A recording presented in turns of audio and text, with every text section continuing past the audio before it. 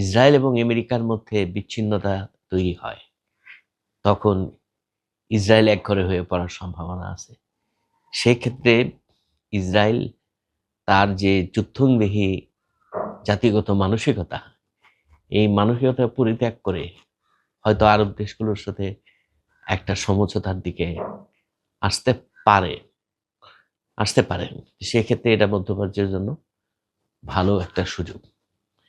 তারপরে ধরো এখানে আন্তর্জাতিক রাজনীতিতে এটার যে প্রভাব, একটা তো হলো যে তেলের বাজারে যে প্রভাব, এটা সবাই আমরা জানি।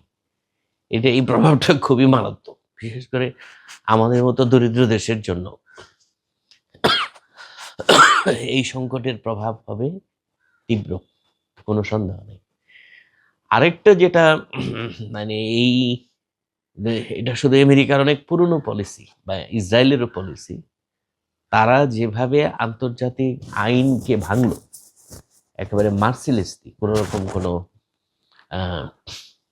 তোয়াক্কা না করে, এই যে ইরানে রেজিম চেঞ্জের নামে যেভাবে একে একে নেতাকে হত্যা করা হয়েছে, আমরা আশঙ্কিত যে নতুন বিশ্ব ব্যবস্থায় এই স্ট্র্যাটেজি অনেক দেশই গ্রহণ করতে পারে, যে তোমার যুদ্ধের নিয়ম হলো যত বেশি ক্যাজুয়ালিটি এড়িয়ে তুমি তোমার লক্ষ্য অর্জন করতে পারো।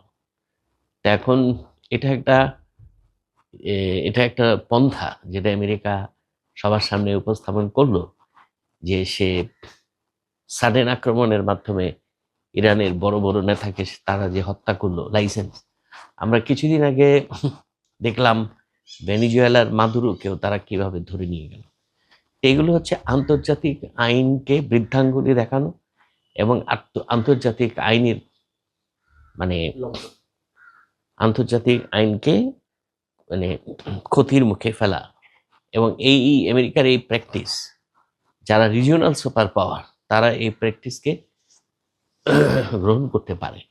তো সেই ক্ষেত্রে তখন রিজিওনাল সিকিউরিটির ক্ষেত্রেও নানান কিন্তু নিরাপত্তার সংকট তৈরি হতে পারে। আর এই যুদ্ধে যেভাবে প্রযুক্তির ব্যবহার হয়েছে, সম্ভবত আমরা দেখতে পারবো ভবিষ্যতে যুদ্ধগুলোতে প্রযুক্তির দিক থেকে যে দেশ যত এগিয়ে থাকবে, সেই দেশই যুদ্ধের তার কর্তৃত্ব বজায় রাখবে।